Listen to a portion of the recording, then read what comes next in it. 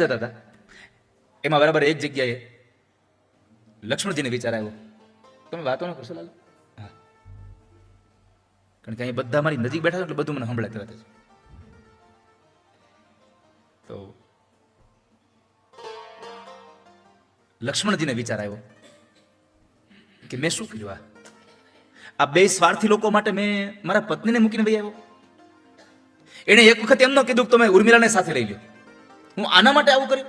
હવે જે લક્ષ્મણે ઘરેથી પોતાના ભાઈ સાથે જવાનો, એક જગ્યાએ કથા છે કે લક્ષ્મણજીને જ્યારે ભગવાન રામે ના પાડી કે તમે અયોધ્યાનું ધ્યાન રાખો, ત્યારે લક્ષ્મણે કહ્યું કે હું અહીંયા નહીં રોકાઈ શકું, કારણ કે લક્ષ્મણ તો ખાલી શરીર છે, પ્રાણ તો રામ છે. પ્રાણ રામ છે અને રામ જાય પછી આ શરીર કઈ કોઈનું કયું કરે નહીં કઈ.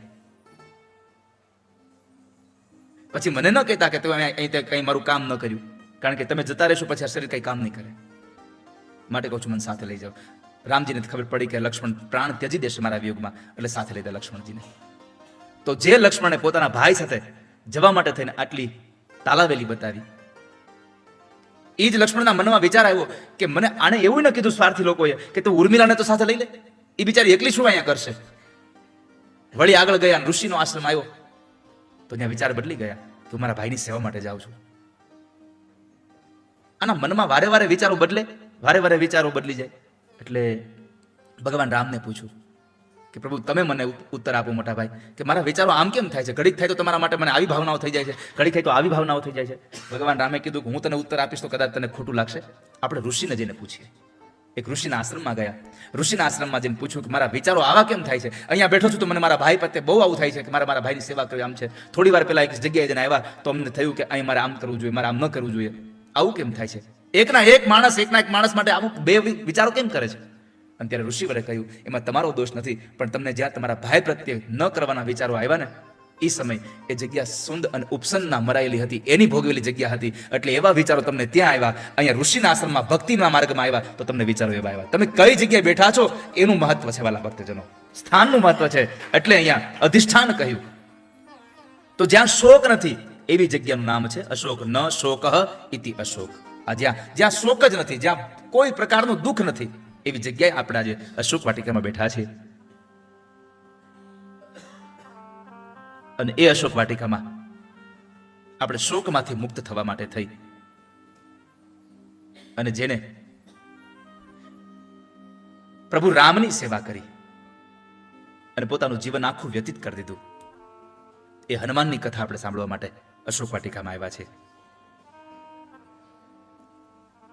ઘણી વખત લોકોને થાય એવું કે હનુમાનજીની કથા છે અને હનુમાનની કથા પેલા અહીંયા આ અશોક વાટિકાની, આ શ્રીલંકાની, આ રાવણની, આની બધી વાતો શું કામ થાય છે?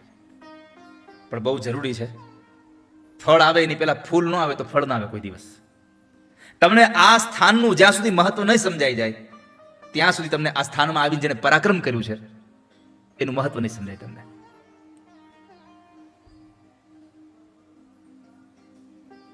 તો આજે આપણે હનુમાનજીની કથા સાંભળવા માટે થઈ અને અહીં આવ્યા છે. એક બહુ મોટો માણસ હોય, એ નાના એવા ઉંદરને મારે, એમાં કેટલી મહત્તા? એમાં મોટાઈ ખરી કઈ? તમે આપણે મોટા છીએ અને કદાચ કોઈ ઉંદર અહીં નીકળે અથવા કંઈક નાનું જીવડું નીકળે આપણે મારી નાખીએ તો આપણી કાંઈ મહત્તા ખરી? પણ એક નાનો છોકરો હોય 5, 7, 10 વર્ષનો અને એ સાપ નીકળે ને સાપને પકડીને મારી નાખી આવે તો કેટલી મહત્તા કે નાના છોકરાએ સાપને માર્યો. મોટા એ ઉંદર મારે એની મહત્તા ન વધે, પણ નાનો સાપને મારે એની મહત્તા વધે. એટલા માટે વાલા ભક્તજનો અહીંયા આટલા મોટા પ્રભાવશાળી અહીંયા આ લંકાની અંદર રાવણનો આટલો મોટો ભય અને એમાં આવીને હનુમાનજીએ જે કામ કર્યું ને એને સમજાવવા માટે મારે તમને લંકાનું મહત્વ પેલા સમજાવવું પડે છે કે જો લંકા આટલી મહાન છે તો લંકામાં આવીને હનુમાનજીએ જે કામ કર્યું તો હનુમાનજી કેટલા મહાન છે, એ કેટલા મોટા છે. અને એ હનુમાનની કથા આપણે રઘુપતિ પ્રિય ભક્ત આપણે હનુમાનની કથા માટે અહીં બેઠા છીએ. હનુમાનજીના જીવન ચરિત્રોમાંથી સૌથી પહેલો ગુણધર્મ લેવો હોય તો એ છે કે પોતાને સેવક હોવાનું અભિમાન નથી, પણ પોતાના સ્વામી કોણ છે એનું અભિમાન છે. નહીં તો ઘણા માણસોને પોતાની અભિમાન હોય કે મેં તો આમ કર્યું, મેં તેમ કર્યું. અડધો માવો ખવડાવ્યો તો 3 વખત હમલાવે. કાલે આપણે ખવડાવ્યો હતો ને તને, તારી પાસે ક્યાં હતો? કાલ રજનીગંધા મેં જ આપી તને, તારી પાસે ક્યાં હતી? તું ભૂલી ગયો લાવતા નતું કે? તમાકુ મેં જ તને આપી દીધી, તું તો ત્યાં હવે તારી તો ત્યાં ચેકિંગમાં કઢાઈ નાખી દીધી. આનો મહિમા ગાય અહીંયા કેટલાય.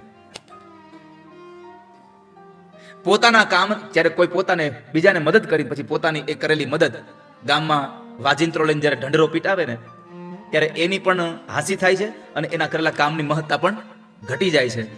એકવાર મુલ્લા આમ ચાલ્યા જતા હતા રસ્તામાં, એમાં એક તળાવડું આવ્યું અને મુલ્લા તળાવમાં પડ્યા. હવે તરતા આવડતું નહોતું એટલે ખોટે ખોટા હાથ પગ ઉડાડે, અને જેને તરતા ન આવડતું ખોટા ખોટા હાથ પગ ઉડાડે ને એ વધારે ડૂબે. એ વધારે ડૂબે અંદર.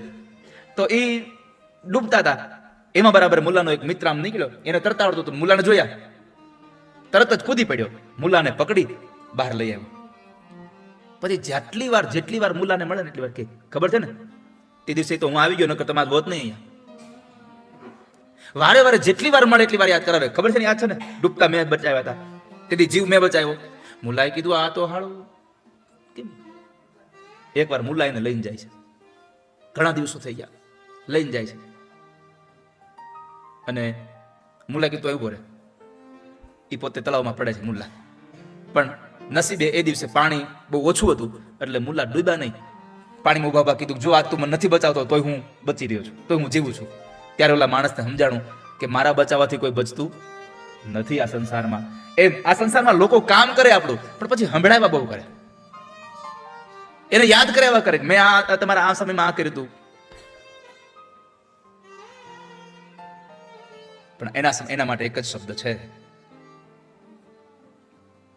પર દુખે ઉપકાર કરે તોય મનય અભિમાન ન આણે. બીજાના દુઃખમાં એને કોઈને ઉપકાર કરે છતાં પણ એને મનમાં ન લાવે એવા માણસો થવું આપણે. કોઈકની આપણે મદદ કરી હોય ને તો એ મદદને ભૂલી જાવી, અને કોઈ આપણી મદદ કરી હોય એને જિંદગીભર યાદ રાખવી, તો તમે જીવનમાં દુઃખી નહીં થાવ કોઈ દિવસ. પણ ઉપાધિ એ વાતની છે કે તમે કોઈકની મદદ કરો એ તમને યાદ રહે છે, પણ તમને કોઈકે મદદ કરી હોય તો ભૂલી જવાય છે. હનુમાનજી મહારાજ સેવક છે અને એને સેવકનું અભિમાન નથી, પણ મારા સ્વામીનું અભિમાન છે કે મારા સ્વામી આ છે. પોતાના રામનું ગૌરવ છે ને. અસ અભિમાન જાઈ જનિ ભોરે, અસય અભિમાન જાઈ જનિ ભોરે, मैं सेवक रघुपति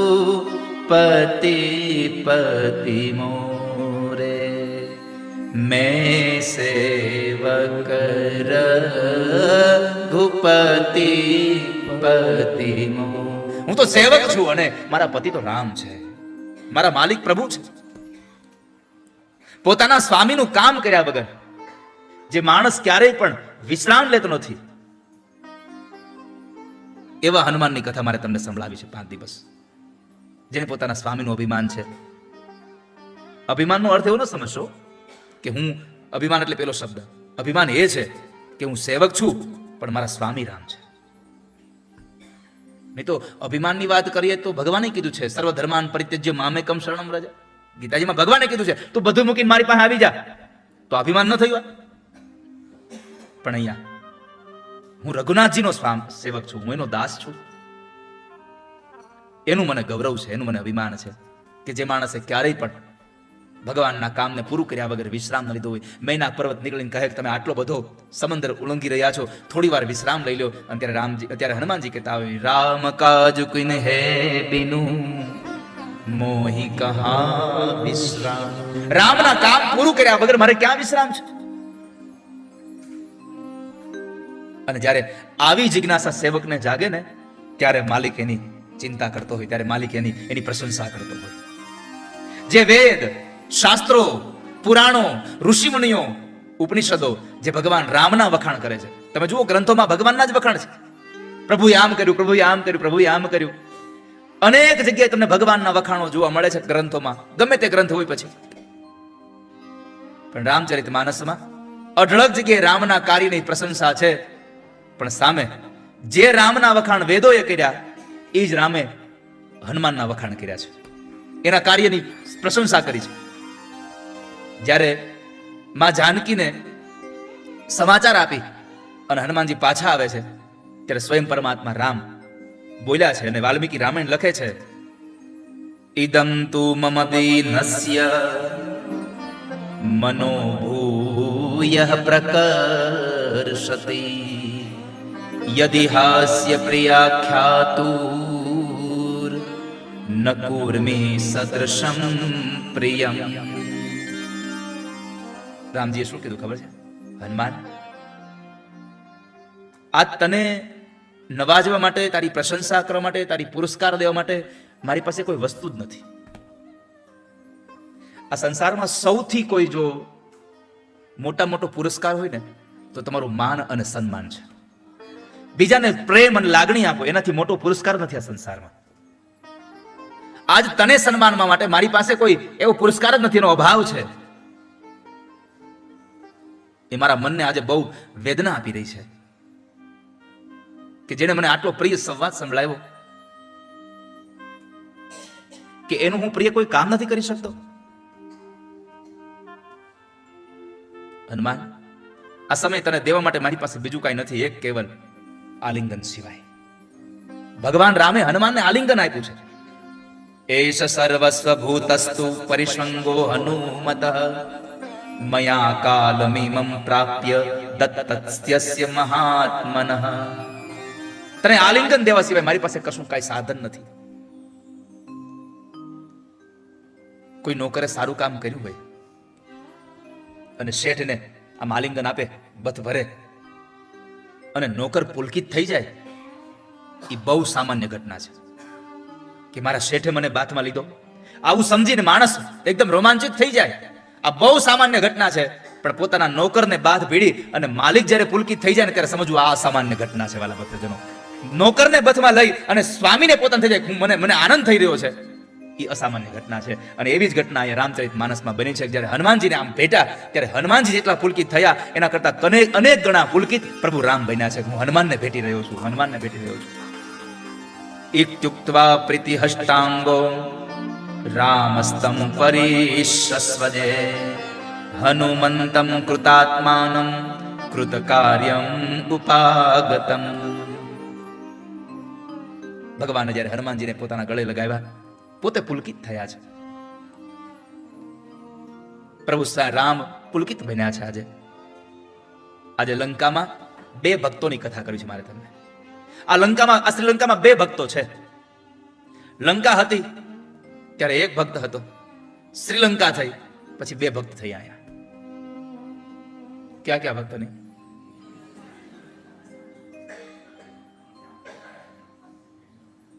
ના, હજી એક નામ છે, કોઈને યાદ હોય તો? વિભીષણ નહીં, હનુમાન નહીં, હજી એક નામ છે, બોલો કોઈ છે યાદ? હે? ના, એનું નહીં. હવે હું તમને કહી દઉં. ના, જટાયુ અહીં હતો જ નહીં. રાવણની કથા કરી. રાવણ ભક્ત છે, હનુમાન પણ ભક્ત છે, રાવણ પણ ભક્ત છે. કેમ? હનુમાનજી મહારાજ છે એ સ્વયં શિવના અવતાર છે, અને રાવણ છે એ ભગવાનનો પાર્ષદ, જય અને વિજય જે છે એ ભગવાનના પાર્ષદ છે, ભગવાનના ભક્ત છે. આ તો કર્મને આધીન થઈને એ રાક્ષસ બન્યા છે. તો 2 ભક્તોની કથા મારે તમને શ્રીલંકામાં ગાવી છે, એક રાવણ અને એક હનુમાનજી મહારાજ.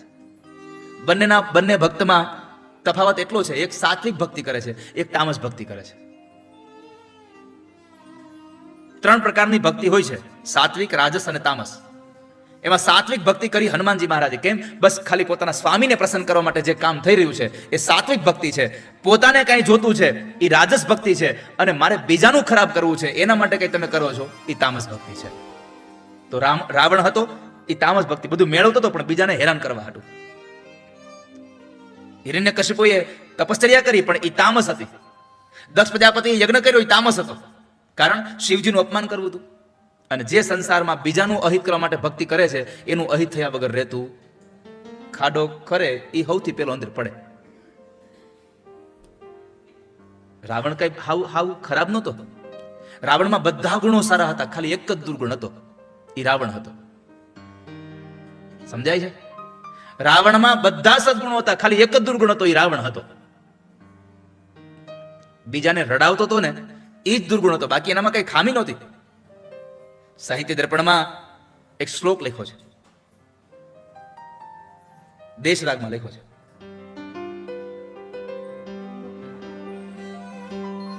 ભલે આપણે વિદેશમાં છીએ પણ આપણે દેશમાં ગાઈએ.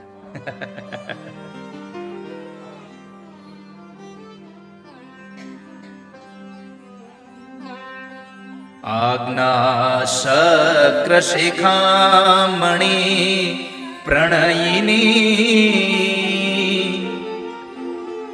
શાસ્ત્રાણિ ચક્ષુર્નવમ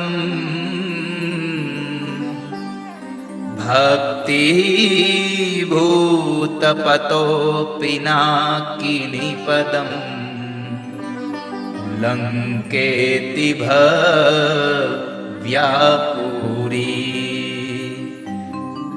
ઉત્પત્તિ ગૃહિણાન્વયે ચ તદહો નેદૃગ્વરો લભ્યતે શાચે દેશન રાવણ કવન પુનઃ સર્વત્ર સર્વે ગુણા સર્વત્ર સર્વે ગુણા. સાહિત્ય દર્પણમાં એક શ્લોક આપ્યો છે, આજ્ઞા શક્ર શિખા મણિ પ્રણયિની શાસ્ત્રાણી ચક્ષુર્નવમ.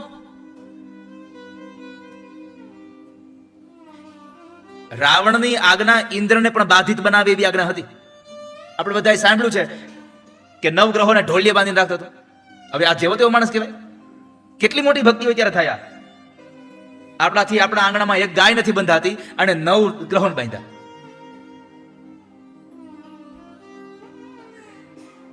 ઇન્દ્ર જેની આજ્ઞાનું પાલન કરે છે, આજ્ઞા શક્ર શિખા મણિ પ્રણયિની શાસ્ત્રાણી ચક્ષુર્નવમ. ઇન્દ્ર જેવો, ઇન્દ્ર એનાથી ડરતો હોય, બધા જ લોકો ઇન્દ્ર કેમ કરતા હોય અને ઇન્દ્ર જેમ રાવણ કેમ કરતો હોય. આટલું જેનું પ્રાધાન્ય છે, આટલો જેટલો મોટો માણસ છે, આખી દુનિયા કૃષ્ણ કેમ કરે અને કૃષ્ણ રાધા કેમ કરે, તો રાધા કેટલી મોટી છે, કેટલી મહાનતા છે રાધાની. પણ કારણ એ રાધાની મહાનતા કેમ વધી? તો કહે છે કે એને કઈ સત્કર્મ કર્યા છે, એને કઈ પુણ્ય કર્યા હશે, એને કઈ તપસ્યા કરી હશે. રાધે તું બડી ભાગિની કોન તપસ્યા કી તીન લોક તારન તરન સો તુમારે આદિન. તેવી કઈ તપસ્યા કરી કે જેને લઈને તારે આધીન થઈ રહે છે? તો રાવણ એટલો મોટો માણસ છે કે ઇન્દ્ર એની આજ્ઞાનું પાલન કરે છે, એને આધીન થઈને, એને બાધીન થઈને રહે છે. એનું કારણ હતું રાવણ પાસે 3 આંખ હતી. હવે તમને શંકા જશે કે 3 આંખ તો કેવલ શંકરને જ છે, તો આને ત્રીજી આંખ કઈ આવી? 2 આંખ તો આપણે બધાને છે, પણ રાવણને ત્રીજી આંખ શાસ્ત્રની હતી. એની પાસે જે શાસ્ત્ર હતું, અત્યારનો કોઈ પણ બ્રાહ્મણ જ્યારે જ્યોતિષ કરવા બેસે ત્યારે રાવણનું જ્યોતિષ એવું હતું ને ગુરુજી. રાવણ એટલો સારો જ્યોતિષી હતો.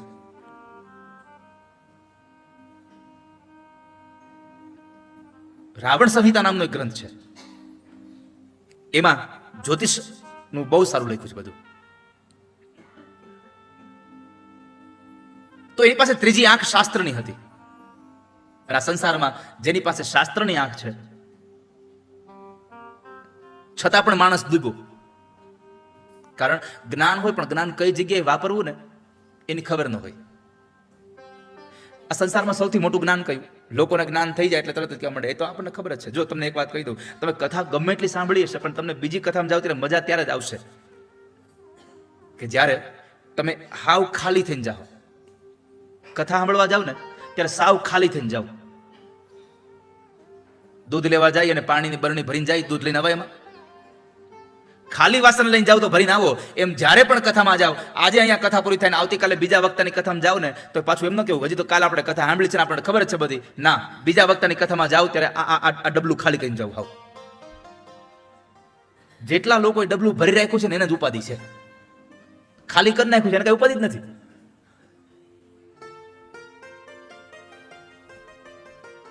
જ્ઞાનની વ્યાખ્યા છે, ગુરુજી બેઠા છે, જ્ઞાનની વ્યાખ્યા એ છે જે તમને કઈ ખબર જ નથી આવી સમજણ થઈ જાય ને તો સમજવું આ મોટું જ્ઞાન છે આ સંસારનું. પણ આપણને તો બે વાક્ય ખબર પડી જાય કે આનું આમ થાય ત્યાં તો આપણને એમ થાય છે ઓહો બધું મને જ ખબર છે. અને જ્ઞાનની સૌથી મોટી ભાષા એ છે બીજાને ઊભા કરે એ જ્ઞાન છે, બીજાને પછાડવા માટે જે છે એ માત્ર જાણકારી છે તમારી પાસે. જ્ઞાન એ છે બીજાને હસતો કરે. નહીં તો ઘણી વખત જ્ઞાનનો ઉપયોગ એવી રીતે થાય સામેને કસોટી કરીને સામેવાળાને રોવરાવા હાટું કસોટી કરે અને એને જ્ઞાન પાછા કે મારી પાસે જ્ઞાન છે એટલે કસોટી કરી. કસોટી જ્ઞાન છે એ કસોટી કરતું નથી, કસોટીમાંથી પાર કરે એ મોટું જ્ઞાન છે આ સંસારનું. તો એની પાસે ત્રીજી આંખ હતી શાસ્ત્રની. પછી કહ્યું ભક્તિ ભૂત પતો પિનાકિની પદમ. ભક્ત હતો, શિવજીનો પરમ ભક્ત હતો. આના જેવો ભગવાનનો કોઈ ભક્ત નહીં હોય. અને ઈ રાવણે જયારે ભગવાનને પ્રસન્ન કરવા માટે જયારે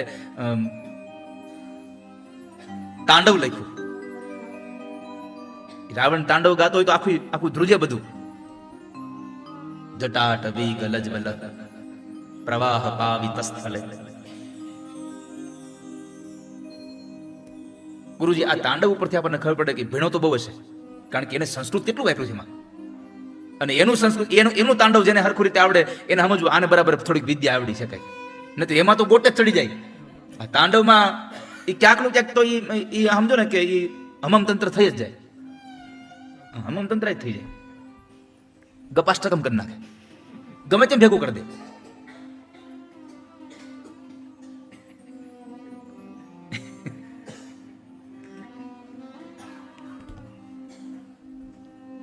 રાવણ, હા તમે ઓલું જે બીજું તાંડવ શીખ્યું છે ગિરીશભાઈ, કયું છે બીજું?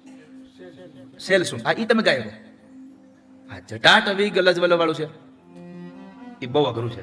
એના માટે તમારે પેલા એનું અધ્યયન કરવું પડે, એને કોઈ સારા વિદ્વાન બ્રાહ્મણ પાસેથી ભણવું પડે, એની સંધિ છૂટી પાડવી પડે, નકર ઇન્દ્ર શત્રુ વિવર્ધસ્વ થઈ જાય. છે ખાલી ઇન્દ્ર શત્રુ વિવર્ધસ્વ, પણ ઇન્દ્ર શત્રુ વિવર્ધસ્વ થઈ જાય. ભાગવતજીના છઠ્ઠા સ્કંદની કથા છે વૃત્રાસુરની. ખાલી ફેર એટલો જ પડ્યો, ઇન્દ્ર કર્યું યજ્ઞ થતો તો ઇન્દ્રને મારે એવો દીકરો જોતો હતો એટલે, પણ ઇન્દ્ર થયું તો ઇન્દ્રના હાથે મરે એવો દીકરો થયો. ફેર કાંઈ લાંબો નથી એમાં. જટાટવી ગલજવલમાં ખાલી ભેગું કરી દેવાનું ગમે એમ નથી, આખો અર્થનો અનર્થ થઈ જાય છે. એ શ્લોકોને ગાવા હોય તો કોઈ વિદ્વાન બ્રાહ્મણ પાસે જઈને પહેલા ભણી લો, સમજી લો અને પછી ગાવાનું ચાલુ કરો. પણ થાય છે એવું, ગાવાવાળા એવા, સાંભળવાવાળા એવા, એટલે કોઈને કઈ બધું હાલી જાય છે. મારી તો એક પ્રાર્થના છે, જેને ગાવું છે ને એને પરફેક્ટ ગાવું. ન આવડે, આપણે નથી રમતા. તમે તમારી જાતે અને એક વાત જિંદગીમાં લખી રાખજો, બધી જગ્યાએ જીતી અને જે આનંદ મળે છે ને એમાં અમુક જગ્યાએ હારવાથી આનંદ મળે. અમુક જગ્યાએ હારી જવાની મજા છે, બહુ બધી જીતવાની મજા છે, પણ અમુક જગ્યાએ હારવાની મજા છે. અને હારવામાં જે આનંદ મળે એ જીતવામાં નથી મળતો. ક્યાંક સ્વીકાર લેવે આ મારું કામ નથી. અને જ્યારે તમે સ્વીકાર લેશો ને કે આ મારું કામ નથી, ત્યારે તમારી મોટાઈ વધી જશે. ભાઈ સ્વીકાર તો થયો, નહીં તો દુનિયામાં સ્વીકાર ન થતો કોઈ માણસ. ભૂલ કર્યા પછી ના આમ જ હોય, આવું નહીં. તો ભગવાન શિવનો પરમ ભક્ત હતો, જ્ઞાની હતો. ભક્તિ ભૂત પતો પિનાકિની પદમ. અને વળી પાછો લંકેતિ ભવ્યાપુરી. લંકા જેવી ભવ્ય અને દિવ્ય નગરી હતી એની પાસે, સ્ફટિક મણિના મહેલ, પણ કરુણા એ હતી વસનાર સૌ વિકરાળ હતા. એના પછી તો અદ્ભુત વાત હતી. ઉત્પત્તિ દ્રુહિણાન વયે ચ તદહો. સારામાં સારા કુળમાં ઉત્પન્ન થયો હતો, બ્રહ્માના વંશમાં ઉત્પન્ન થયો છે. સંસારમાં 3 વસ્તુ કેવલ પ્રભુની કૃપા હોય તમને મળે. એક સારા કુળમાં જન્મ, એક સારી તમારી કીર્તિ અને એક સારું કાંચન. પૈસો બધા પાસે હોય, સોનું બધા પાસે હોય, પણ બધું સારું જેવું ન હોય. રાવણ પાસે 3 હતું. બ્રહ્માનું કુળ હતું, પુલત્સના દીકરા હતા, જેની માં કઈ કઈ છે, જેની માં કઈ કશી છે, એના દીકરો બન્યો છે. આ બધું રાવણ પાસે હતું. આ લંકામાં એટલી બધી ભવ્યતા, એટલી બધી દિવ્યતા, એટલી બધી સંપત્તિ, કીર્તિ એટલી હતી એ રાવણની. પણ સૌથી મેં તમને કહ્યું ને એમ એક જ વાત હતી, એના દુર્ગુણ એક જ તો, એ રાવણ હતો. રાવણ પાસે બધું હતું, પણ રાવણ પાસે રાવણ હતો ને એટલે બધાનો મહિમા ઘટી ગયો હતો એની પાસે.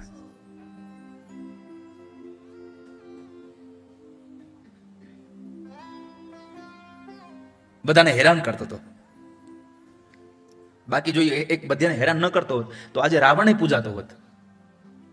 તો ઘણા તો રાવણને ગુરુ માનીને એને મંદિર બનાવ્યા હોત, જો એને હેરાન ન કર્યા હોત તો. આ સમજાય તમને? આખું ભાણું અથવા તો તમે સરસ મજાનો દૂધપાક ખાધા પછી એક નાનો એવો ખાલી મૂળો ખવાઈ જાય ને એટલે પછી ઓટકાર તમને મૂળા નો જ આવે. એમ તમારી પાસે ગમે તેટલી સંપત્તિ હોય, ગમે તેટલી કીર્તિ હોય, ગમે એટલું કુળ સારું હોય, પણ તમારો એક દુર્ગુણ હોય એટલે સમાજને તમારો દુર્ગુણ દેખાય છે. આ સંસારને દુર્ગુણ જોવાની ઈચ્છા છે બહુ. નકર રાવણ જેવો ભક્ત જ નહોતો આ સંસારમાં કોઈ. સ્વયં ભગવાન મહાદેવ કહેતા કે રાવણ તમે મારા ઘરનું વાસ્તુ કરવા આવો, તો કઈ નાની વાત છે? સ્વયં ભગવાન શિવ કહે છે કે તું મારા ઘરનું અરે મેં કથા સાંભળી છે કે ભગવાન રામ જ્યારે સમુદ્રની પૂજા કરવી હતી ત્યારે રાવણને બોલાવ્યો છે પૂજા કરવા. વિમાન લઈને આવ્યો છે. આનાથી બીજો કોણ માણસ હતો? બધું હતું એની પાસે, પણ એક હારે રાવણ હતો એટલે આ સંસારમાં એની પૂજા ન થઈ.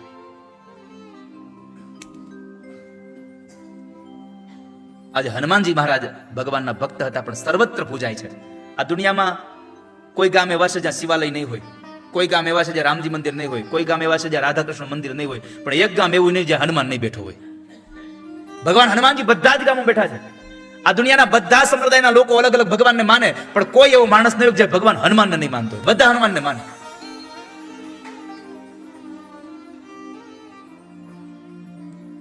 હનુમાનજી મહારાજ સર્વગુણ સંપન્ન હતા. એવં ગુણ ગણેર યુક્તા યસ્ય સ્યુઃ કાર્ય સાધકા. જે પોતાના સ્વામીનું કાર્ય સાધવામાં આટલો ઉત્તમ હોય, આવું ઉત્તમ દૂત છે. સર્વગુણ સંપન્ન હોય, પછી એના માલિકને પોતાના કામના સફળતાની ચિંતા ન કરવી પડે. જેનો દૂત જ સારો હોય. ભગવાન જેવા ભગવાન દૂત બનીને આવ્યા તે નિષ્ફળ ગયા, હનુમાનજી નિષ્ફળ ન ગયા ક્યાંય. પાંડવોના દૂત બનીને ભગવાન આવ્યા હતા, એ દુર્યોધનને ન સમજાવી શક્યા. એક વાનર રામજીને સમજાઈ ગયો. ક્યારે? સુગ્રીવ માટે જયારે આવ્યો નીચે હનુમાનજી મહારાજ, પહેલી મુલાકાત ગોઠવાઈ ગઈ અને એ મુલાકાતમાં એને સુગ્રીવ પ્રત્યેની એટલી વાતો રજૂ કરી, ભગવાન વાતો સાંભળી અને અંતે સુગ્રીવ સાથે મુલાકાત મિલન થઈ ગયું, એની વચ્ચે સંધિ જોડાઈ ગઈ. આ દૂત એવો હતો કે જેને સુગ્રીવની મુલાકાત, સુગ્રીવનું ભાઈબંધી ભગવાન હારે ગોઠવી દીધી. નહીં તો ભગવાન પણ દૂત બનીને આવ્યા હતા તો દુર્યોધન ન સમજ્યો. ભગવાન એમાં ભગવાન નહોતા સફળ થયા, ન સમજાવી શકાય એને. તો જેનો દૂત સારો હોય એના માલિકને એની ચિંતા ન હોય કોઈ દિવસ. એના કામ કોઈ અધૂરાય ન રહે. ભગવાને સર્વગુણ સંપન્ન કીધા, કારણ પરમાત્માએ શું જોઈને કીધું? તો વાલ્મીકી રામાયણ લખે છે, ન મુખે નેત્રયોશ્ચાપી લલાટે ચ ભ્રુવોસ્તથા અન્યેષ્વપી ચ સર્વેષુ દોષઃ સંવિદિતઃ ક્વચિત. બધા લોકો આપણે મંદિરમાં જઈએ તો આપણે ભગવાનના મોઢા સામું જોઈએ, ભગવાનની આંખો જોઈએ, ભગવાનના હોઠ, ભગવાનના ઘરેણા, ભગવાનના પગ જોઈએ. આ સંસારનો દરેક જીવ ભગવાનના ચહેરા સામું જોવે છે અને પરમાત્માએ પોતાના દૂત હનુમાનના ચહેરા સામું જોયું.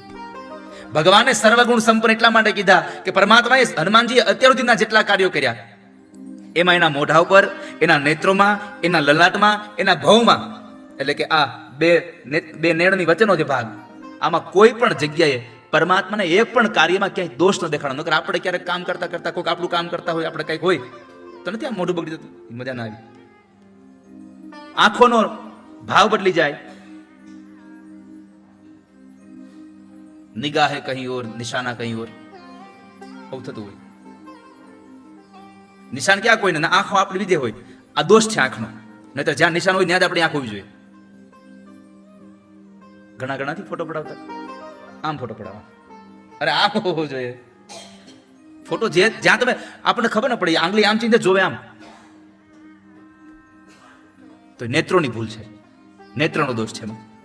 પણ ભગવાન રામે કહ્યું, ન મુખે નેત્રયોશ્ચાપી લલાટે ચ ભ્રુવોસ્ તથા. મેં તારા મોઢામાં, તારા નેત્રમાં, તારા લલાટમાં કે તારી ભોમાં ક્યાંય પણ મને કોઈ પણ પ્રકારનો દોષ પ્રગટ થયો હોય એવું ક્યાંય મને જોવા નથી મળ્યું. એટલે કહું છું હનુમાન, તું સર્વગુણ સંપન્ન છો મારા માટે. ભગવાન પાસે ઉત્તમ દૂત હતા એટલે કાર્યની સિદ્ધિ થઈ છે. તમારી હારે જે માણસો હોય છે ને, તમે જેટલા મહત્વના છો ને એટલા તમારી હારે હોત મહત્વના છો. હા, હું ક્યારેક અહીંથી કોઈ પણ વસ્તુ પ્રસ્તુત કરવામાં સફળ થઈ જાઉં, એમાં મારી એકલાની સફળતા નથી, મારી હારે આ બધા જોડાઈ જાય છે એટલા માટે સફળતા થાય છે. બાકી આ લોકો જો અલગ ભાગે તો સફળતા ન થાય.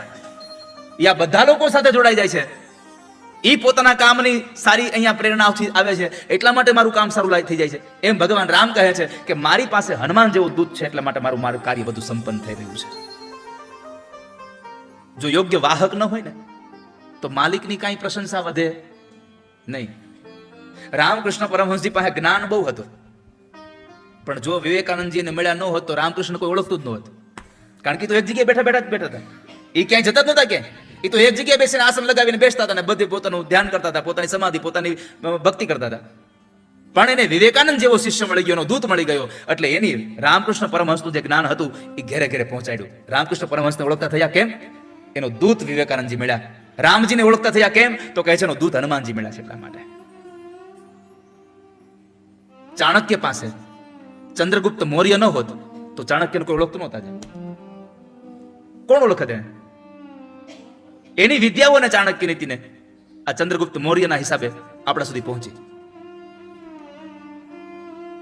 શિવાજીને આજે આટલા બધા ઓળખીએ છીએ એનું મૂળ કારણ છે કાંઢાણાનો એક કિલ્લો હતો, કાંઢાણા કિલ્લો, અને એને જીતવાની વાત એના જ સેનાપતિ તાનાજી કરીને એક સેનાપતિ હતા.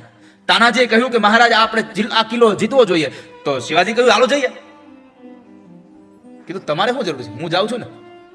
તાનાજીએ પોતાના બળવત, પોતાના શૌર્યથી એ કિલ્લો જીતી અને શિવાજીને આપ્યો. પણ ઘટના એ ઘટી કે જ્યારે તાનાજીએ એ જિલ્લો જીતો તો ખરા, પણ તાનાજીમાં શહીદ થઈ ગયા, મૃત્યુ પામ્યા.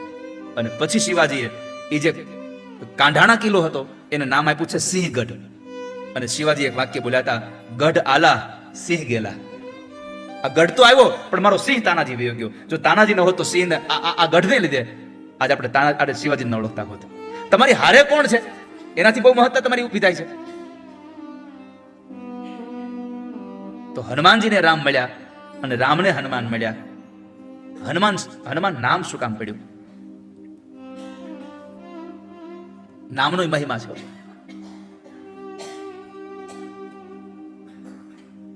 નામનો મહિમા ન હોય તો તમે જુઓ, દીકરાનું નામ સૌ લોકો રાખશે.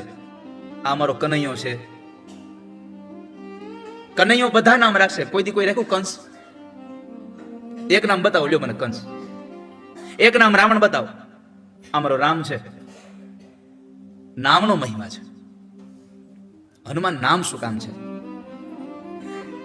નામમાં શું રાખ્યું છે? આવું શેક્સપિયરે લખ્યું છે, what is there in name. નામમાં શું ભર્યું છે? પણ નામમાં છે એ ક્યાંય નથી. કારણ જ્યારે જ્યારે ભગવાન, આપણે સંસારનો માણસ, સંસારનો જીવ દુઃખી થાય ત્યારે ભગવાનને યાદ કરે છે, અને ભગવાન જ્યારે દુઃખી થાય છે, ભગવાન જ્યારે આપત્તિમાં આવે છે ત્યારે ભગવાનના નામને લેવાય છે. ભાગવતજીમાં કથા છે કે જ્યારે પૂતના આવી ત્યારે પૂતનાની ઉપર, પૂતનાએ ભગવાન ઉપર જ્યારે ભગવાનને ઝેર પીવડાવ્યું પછી મા એને લઈ આવ્યા ભગવાનને. પછી માએ પૂતના કવચ ગાયું છે, ઇન્દ્રિયાણી ઋષિકેશ.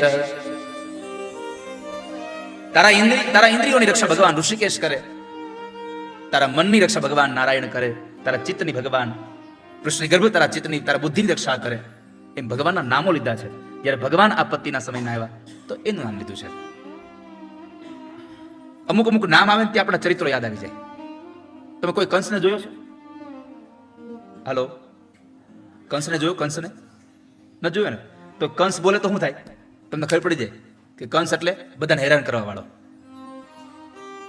બાલકૃષ્ણ નામ બોલાય ત્યાં, કોઈએ કૃષ્ણ જોયા નથી પણ બાલકૃષ્ણ નામ બોલાય ત્યાં આપણી સામે એક માથા ઉપર અંબોડો વાળ્યો હોય, સરસ મજાનું પિતાંબર પહેર્યું હોય, ગળામાં માળા પહેરી હોય, માથામાં મોરપીંછ નાખ્યું હોય, અને એ કોઈકના ઘરનું માખણ ચોરીને ખાતા હોય, એ કૃષ્ણ આપણને દેખાય છે. એના બધા ચરિત્રો આપણને યાદ આવી જાય. કોઈ નામ લેવાથી જેના ચરિત્રો યાદ આવી જાય એટલે નામનો મહિમા છે આ સંસારમાં. તો હનુમાન શબ્દનો અર્થ શું? હનુ શબ્દનો અર્થ છે દાઢી. તો દાઢી તો બધાયને છે, તો આપણને કોઈ હનુમાન ન કીધા? દાઢી જ આપણી છે ને, તો હનુમાન આપણને ન કીધા કોઈએ? તો અહીંયા વિશેષ વાત છે કે હનુમાન શું કામે? તો શાસ્ત્રની ભાષામાં હનુ ધાતુ ઉપરથી નામ પડ્યું છે હનુમાન. યો હંતી પરાન નાશયતી શક્તિમાન અસ્તિ સહ હનુમાન.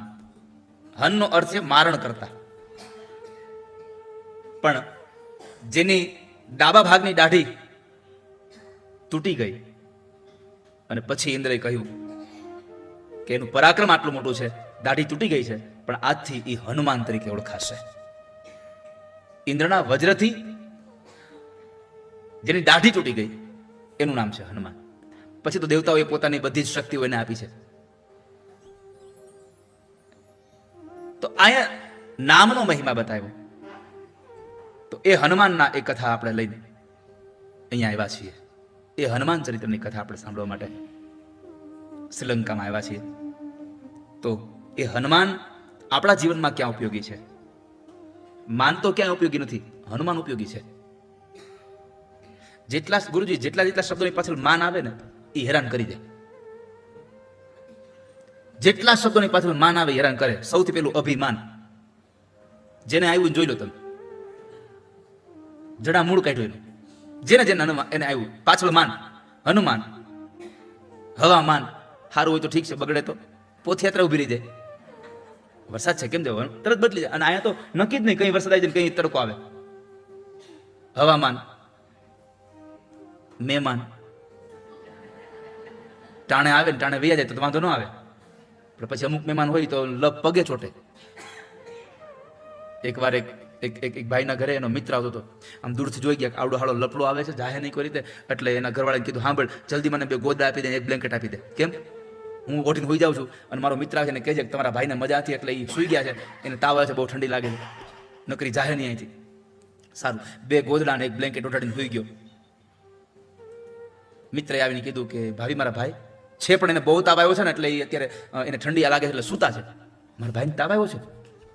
અરે રે, તો મારે રોકાવું પડશે, કે દવાખાને લઈ જવા પડે તો. તે તો રોકાણો. એ બહાર સોફામાં બેઠો. થોડી વાર થઈ એટલે પત્ની ઘરમાં ગયા એટલે ઓલા પૂછ્યું ધીમેથી, બોલો. એ કે એને તમને કીધું તાવ આવે તો રોકાણો. કે મારા ભાઈને કદાચ ત્યાં વધારે તાવ આવે ને દવાખાને લઈ જવા પડે, તમે એકલા શું કરો? એ રોકાણો છે. અરે રે. થોડીક વાર થઈ, પત્ની ઘરમાં કામ કરતા હતા, પૂછ્યું મારા ભાઈને કઈ રાહત? તો કે ના ના હજી એમ જ છે, એને શરીર બહુ દુખે છે. તે બરાબર પત્ની ઘરમાં ગયા અને ખોટે ખોટું કીધું કે તાવ બહુ ચડ્યો છે એટલે પગ દાબો મારા. એટલે પત્ની પગ દબાવતા. તે ઓલો ભાઈ અંદર આવ્યો, મિત્ર, બોલતા ને હુવા દો. ભાભી તમે ઘરનું કામ કરો, પગ હું દબાવ લાવો. પગ ઈ દબાવતો હતો. કલાક 2 કલાક ગઈ, પગ દબાવવાનું ચાલુ છે. ઓલા અંદર ગોદડામાંથી પૂછ્યું, ઓલી લપ ગઈ? ઓલી લપ ગઈ કે હજી રોકાણી? તે ઓલા પગ દબાવતા દબાવતા જવાય, હવે તો પગે ચોટી છે. કે હવે પગે વળગી છે. એ મહેમાન ટાણે આવીને ટાણે વૈયા જાય તો બરાબર છે, નકર મહેમાન મેની જેમ આવીને વૈયા જાય ને તો બરાબર. તો માન શબ્દ એમાં પાછળ આવ્યો, ઈ હેરાન કરે. સન્માન થાય ત્યારે બહુ ગમે, પાછું અપમાન તો હેરાન કરે. સન્માન થાય, તમને આજે સોફામાં બેહવા મળે અને કાલ તમને પાછળ ખુરશીમાં બેહવા મળે એટલે પછી મજા ન આવે. તો સન્માન, અપમાન, હવામાન, મહેમાન, અભિમાન એ તાપમાન હવામાનમાં આવી જાય. હાલો પછી આગળ હવે વિમાન. વિમાન જો બરાબર આમ સ્થિર હાલ્યું જાય ને બરાબર મસ્ત મજાનું લેન્ડિંગ થઈ જાય તો બરાબર છે. બાકી ઉપર જ ખામી આવી જાય પછી લેન્ડિંગ ટાઈમ હોય જ નહીં. તો 3 વસ્તુ એકારે મળે. કેટલું મળે? વિમાનમાં કંઈક ખામી આવે ને એ બરાબર પ્રોપર લેન્ડિંગ ન થાય એટલે 3 વસ્તુ એકારે મળે: મૃત્યુ, અગ્નિ સંસ્કાર અને અસ્થિ વિસર્જન. બધું એકારે. આ વિમાન આ જેટલા શબ્દોની પાછળ માન આવે બધા હેરાન કરી જાય. એક આપણો હનુમાન એવો છે જે તમને હેરાન ન કરે. એક હનુમાન એવો છે. તો આવા હનુમાનજીની કથા આપણે સૌ લોકો લઈને અહીંયા આવ્યા છીએ અને એ હનુમાનજીના ગુણાનુવાદ આપણે બધાને ગાવા છે. તો એ હનુમાનજીની કથાના સુંદર મજાના પ્રાગટ્યની કથા અને પછી એના જે બલબુદ્ધિ વિદ્યા દેહુ મોહી હરહું કલેશ વિકાર અષ્ટ સિદ્ધિ નવ નિધિ કે દાતા. 8 સિદ્ધિઓ એની પાસે માગવી જોઈએ. હનુમાન પાસે શું મગાય? બળ, બુદ્ધિ, વિદ્યા, આ બધું માગવું જોઈએ. તો પણ એ વસ્તુ શું કામ માગવી જોઈએ? જેની પાસે છે એની પાસે માગવાની છે. તો એની કથા આપણે આવતીકાલે સાંજે 5 વાગે મળીશું. કાલે 5 વાગે 5 થી 7:30 આપણી કથા થશે. 7:30 થી 8:30 1 કલાક તમે જમશો અને 9 વાગ્યાથી પછી આપણે પાછો ભાઈ જયદેવભાઈને સાંભળીશું વાલાને. અને આવો આજના દિવસની કથાને વિશ્રામ આપ્યા. થાકીને આવ્યા છો બહુ, કારણ કે આજે બસમાં આમ ઓલા નાગની જેમ આપણને શીખવાડી દીધું. ઘણા ઉતર્યા પછી આમ કરતા છે. શું ભગવાને અહીંયા ડુંગરા કાપીને આપણને અહીં મોકલ્યા ઠેઠ. કેટલું ઉપર આવ્યા તમને ખબર છે?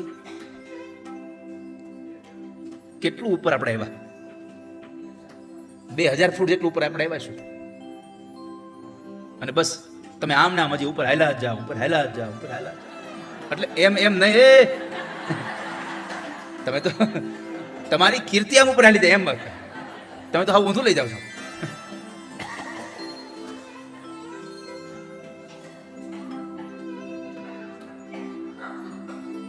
આવું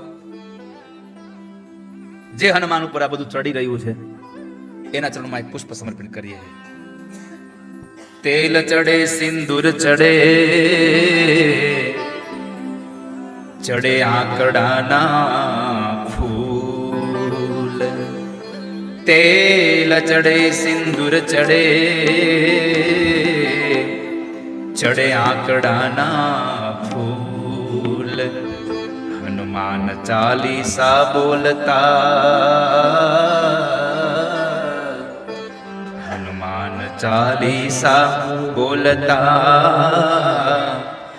એને થાય